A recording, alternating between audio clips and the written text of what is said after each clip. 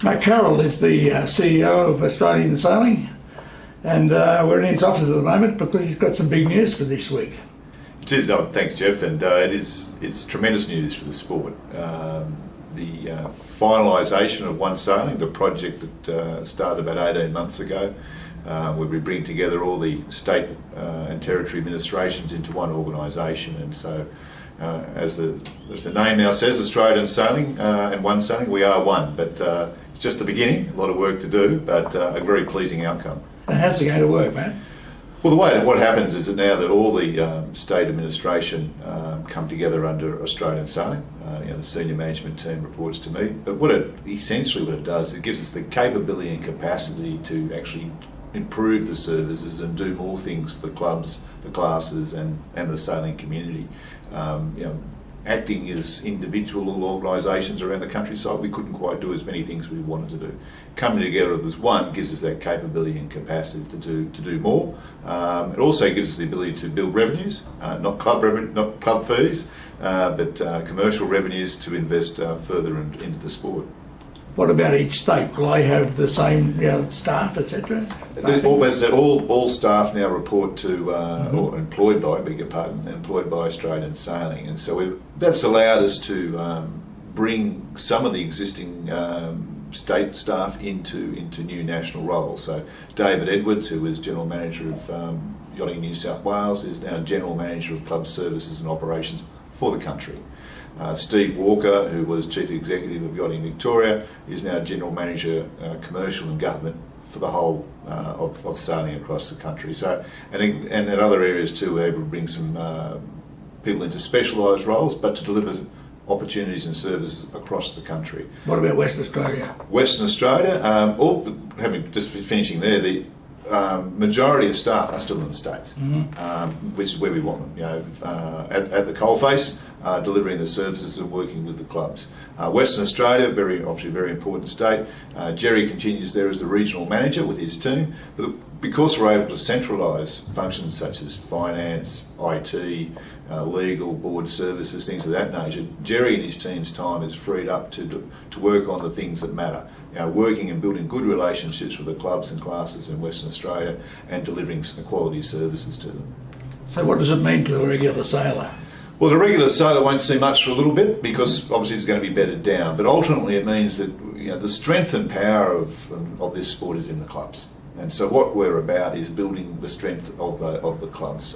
We don't have a lot of people, arms and legs to do things, but if we can build the strength and capacity of the clubs to improve their sailing services to their members, then ultimately members will see improved sail training. They'll see improved sort of services that might be for their kids, tackers, things of that nature. In other words, they'll see an improvement in their sport. They'll see their sport going ahead if they've got if they are a talented sailor and a talented, or the parent of a talented sailor. They'll see now a national pathway, an integrated pathway for that talent to come through to Olympic gold.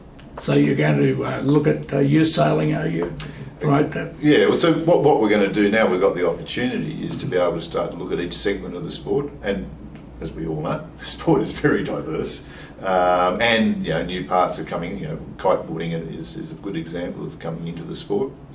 So we're going to be able to look at that area of youth sailing, and yes, we've got tackers, but we want to get that connection between tackers and full sailing. What else can we do again to help the clubs do that? Because we can't do it as Australian Sailing. We need to work through our clubs, and now that we've removed layers of administration and paperwork and things of that nature, we're able to do that. I was down in Victoria only last week with a group of the chief executives of some of the bigger clubs there, having that conversation with them. Excellent. All right, now let's talk about the Rio Olympic Games. Just around the corner, literally. Next month, all the planning and preparation has been done. The team is in a good position. All the groundwork, no stone has been left unturned. It's going to be a very challenging environment in Rio, probably the most challenging of any Olympic Games held to date, particularly for sailing. But we've been working on this since the end of the last Games in London. So we're very pleased with where we're at. At the end of the day, of course, it comes down to the races, and it comes down to how we go against the opposition. But we're very pleased with the preparations and where we're at. What have you done as far as the pollution situation is concerned? Have you? Well, the pollution situation is obviously something beyond our control, but remember the pollution situation is the same for every team, regardless of where they came from. So obviously the Australian Olympic Committee has been very supportive, as has World Sailing, at working with Rio 2016 into ensuring the pollution, as security and health and all those issues are going to be looked at and have been looked at. And our understanding is that the bay will be cleaned up and is being cleaned up in terms of solid pollution. It will never be perfect, but we have regimes in place for our sailors around health and looking after simple things, washing your hands. You have doctors on board, do you? The medical support there from both internally and also from the Australian Olympic Committee. So as I said, we've left nothing to chance. We've made sure that we put in place all the provisions to ensure that our team can perform at their best. Well, after the Liesl Tesh incident, what are you doing about security? Well, I've already spoken to the federal police following that unfortunate incident. Look, we've always known it isn't a safe area. We've had protocols in place, or safe city, I should say, protocols in place since day dot when the team's been going in and out. You've got to remember, our sailors have been going in and out of Rio now for years, and so we've had these security issues for years. During the games, there will be a blanket of security around the sailors, both for the Olympic Games and the Paralympic Games. The advice I have, both from directly from the federal police now and also from the AOC, is that it's the preparations in that space, the plans, are everything that should be expected of the Olympic Games. How is Liesl? Is she? Yeah, no, Liesl. I mean, she's very, very, as we She's a tough girl. She's a tough girl, but it's an unfortunate thing to happen at all. And and it's the same thing. We've also putting plans in place. As important to this is the family and friends going over there to support the sailors, so that we can ensure that that they keep us informed where they are, so we can help look after them as well. It's unfortunate the Mayor of Rio came out yesterday or the day before and said he didn't really have any idea about the police being an effective force. Yeah, look, I think we've got to be careful about politics being played in Brazil as well. As you know, they've had some pretty big upheavals in that place, and also there's the funding arrangement. So it could be an argument, an arm wrestle over funding. I mean, from Australian Sailing's point of view, we can only act on the advice we have from World Sailing and from the Australian Olympic team. Olympic Committee, I beg your pardon, and we're comfortable with that advice. Yeah, well, as long as that's important as far as our athletes are concerned, as sailors, because we don't want to have that sort of thing happening again. No, and look, and we've traced back a few things. Look, during the games, the blanket of security will be obviously greatly high. I'm told there's 40,000 police and troops to patrol the areas. Well, that's good. Yeah, that's excellent. Well, we look forward to it. Now, the last Olympic Games in London, sailing was the star as far as gold medals are concerned. What do you expect for Rio? What are we looking at here? Well, yeah, we're certainly in the medal hunt. We're looking for gold, particularly in a couple of classes, and medaling in other classes. At the end of the day, it'll come down to that final piece. We wish all members of the Australian team well, whether we're the star performers or equal star performers with other sports.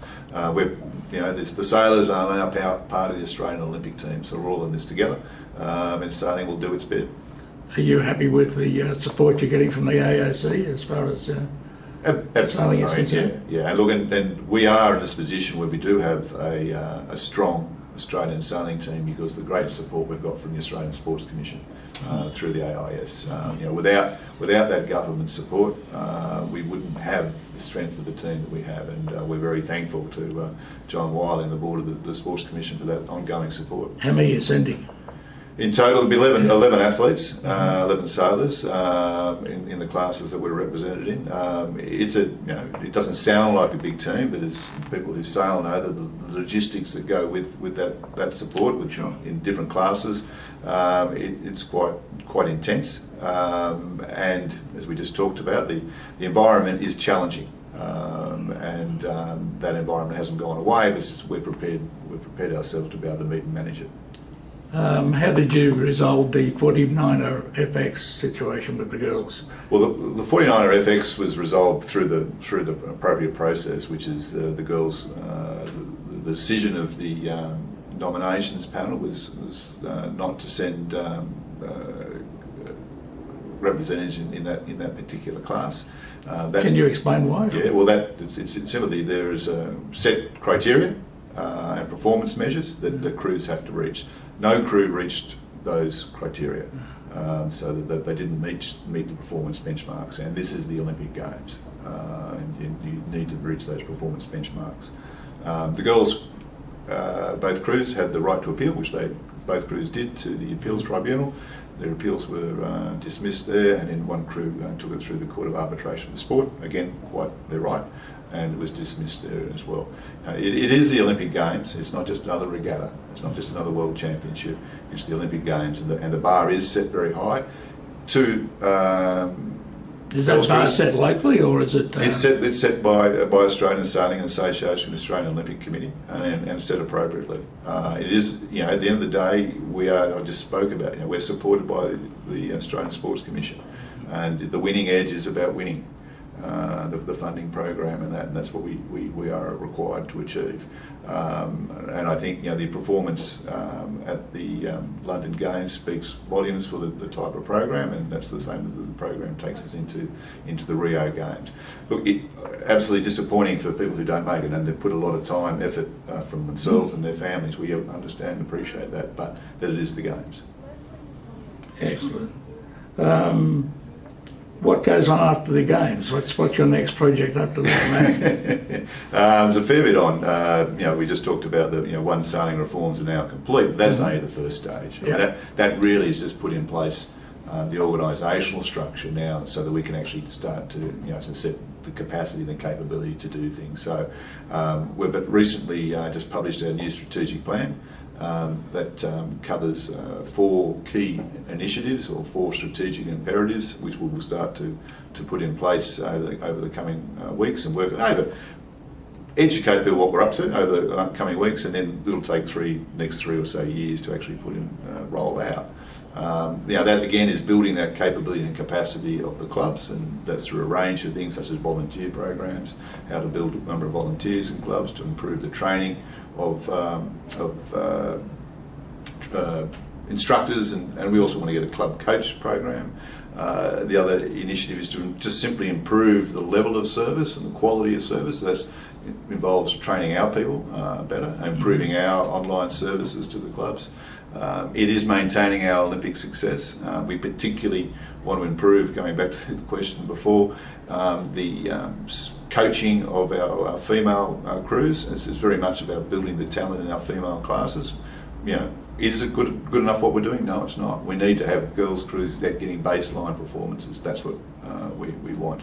So it is building on our Olympic success, and we do need to significantly grow revenue, additional revenue in the sport, and not through club fees or government grants, but the one sailing opportunity allows us to build national sponsorships at a national level, and thereby improve the funding of the sport.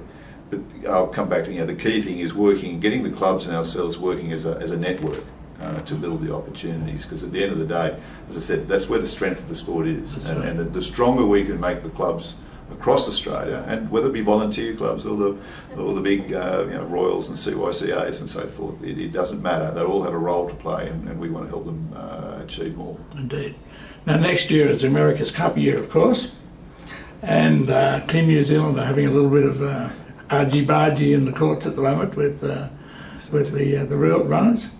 The Red Bull Youth America's Cup is on next year, and there's word around the docks that there could be an Australian syndicate who could put their hand in the air should something happen as far as the New Zealand thing is concerned.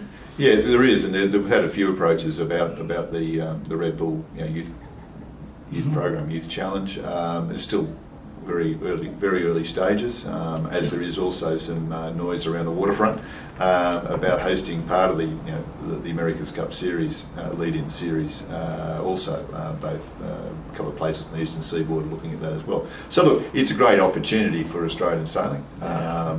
I mean that in the collective, not just ourselves. Are you involved in this? Or? No, obviously we don't have any resources to do that, but where we can facilitate, for the groups interested in hosting those events, we work with them to lobby government and gain support there, because hosting those events isn't just about the America's Cup event.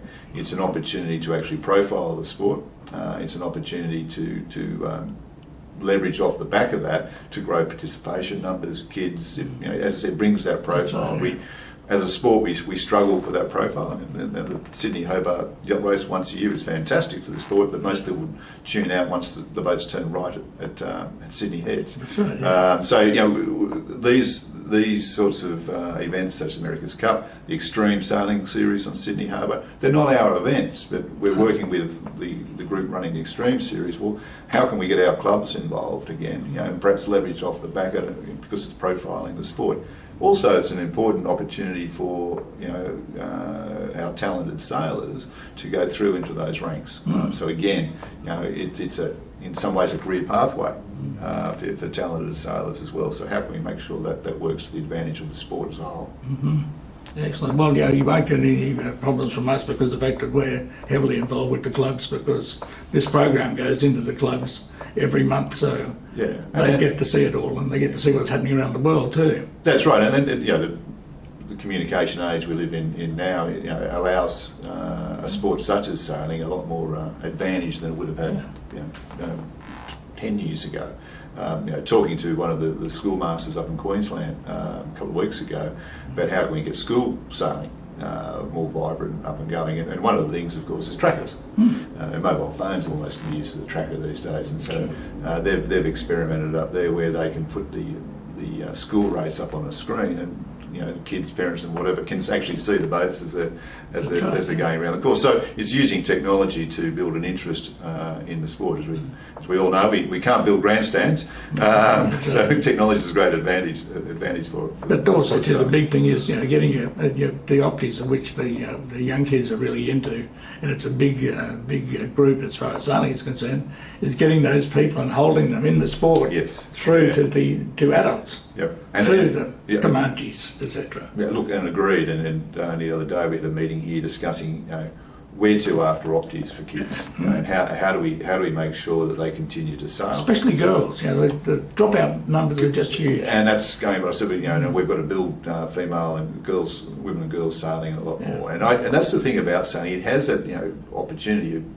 A couple of sports the other day were trumpeting their women in their particular sports. Well, sailing's always had that, but we can do better.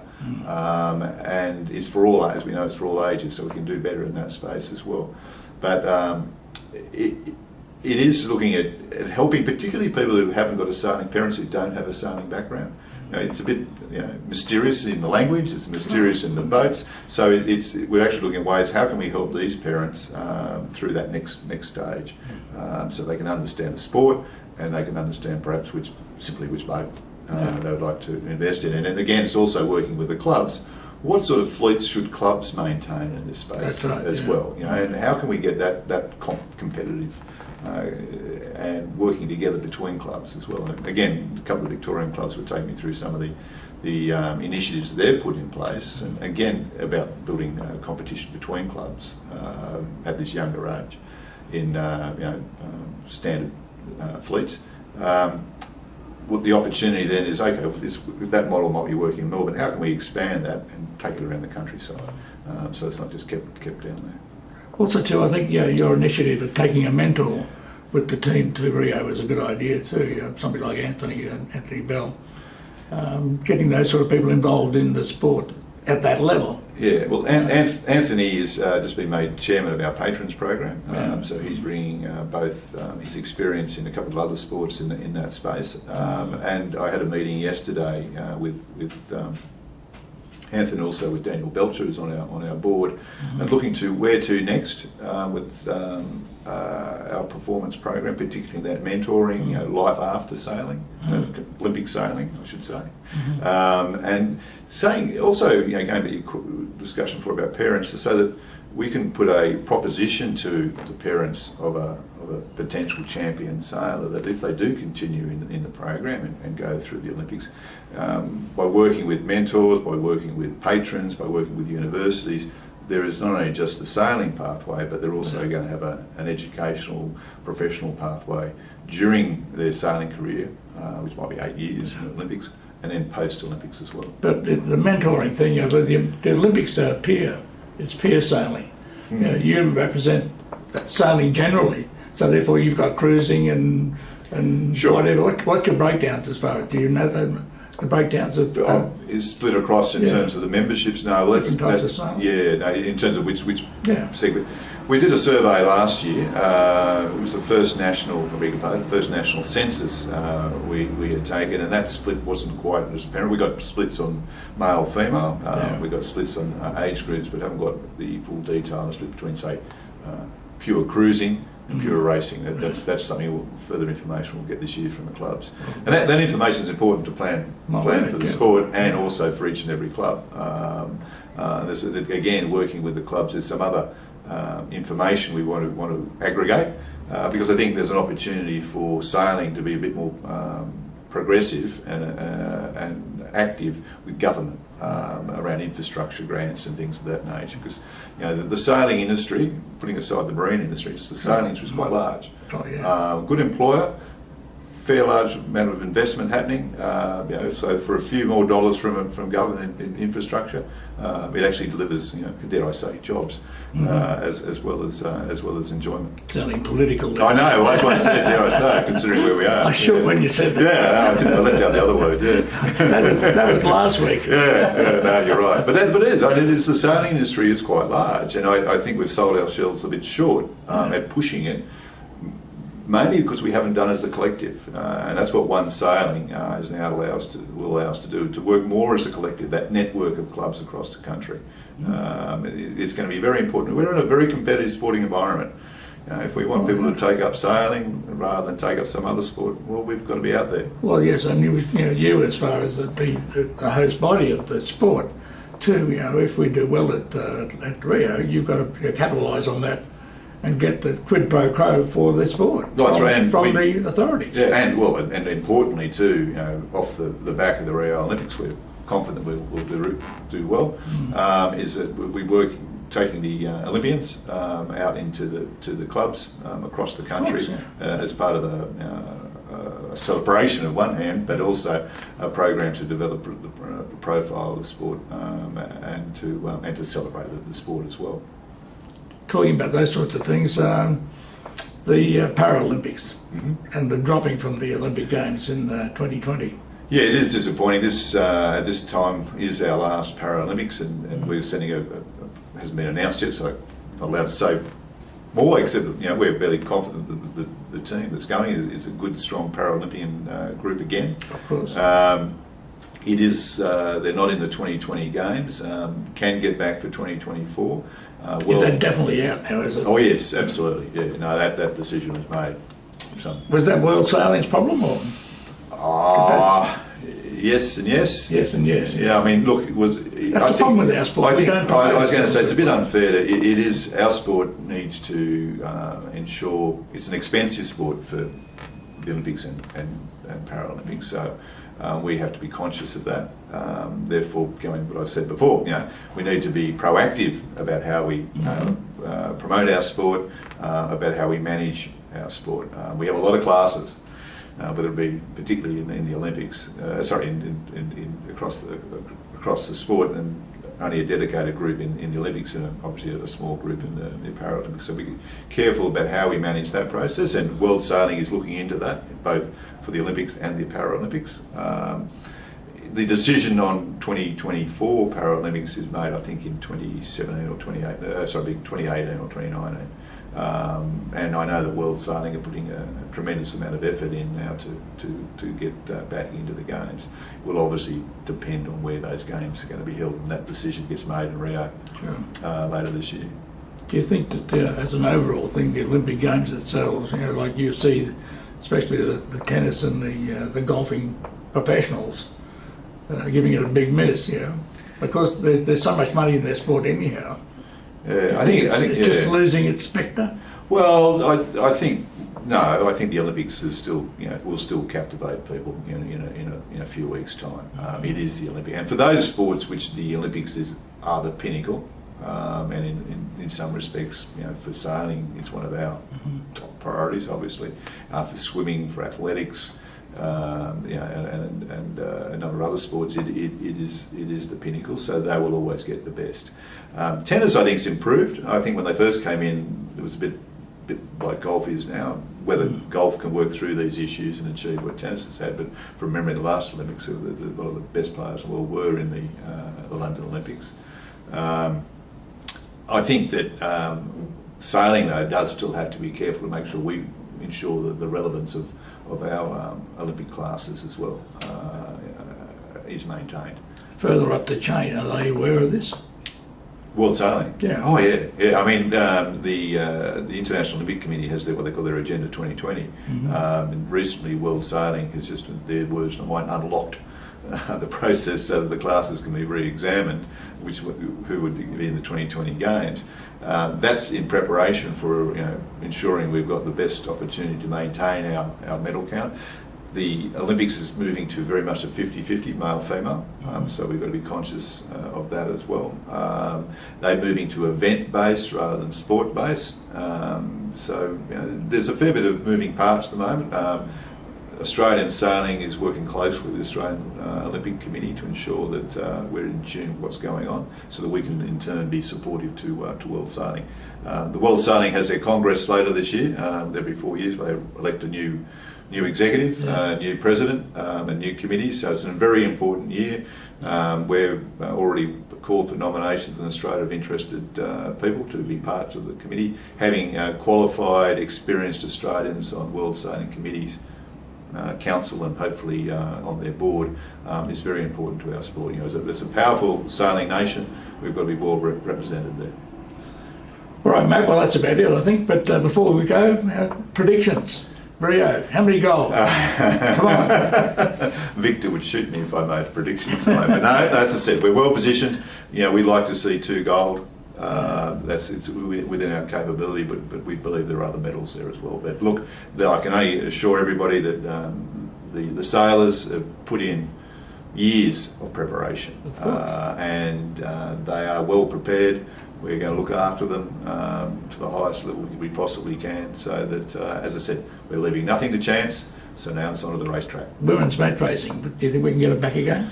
That again is up to World Sailing and also the International Olympic. That would have to be one of the best gold medal wins. It was, in the whole of the sailing. Yeah.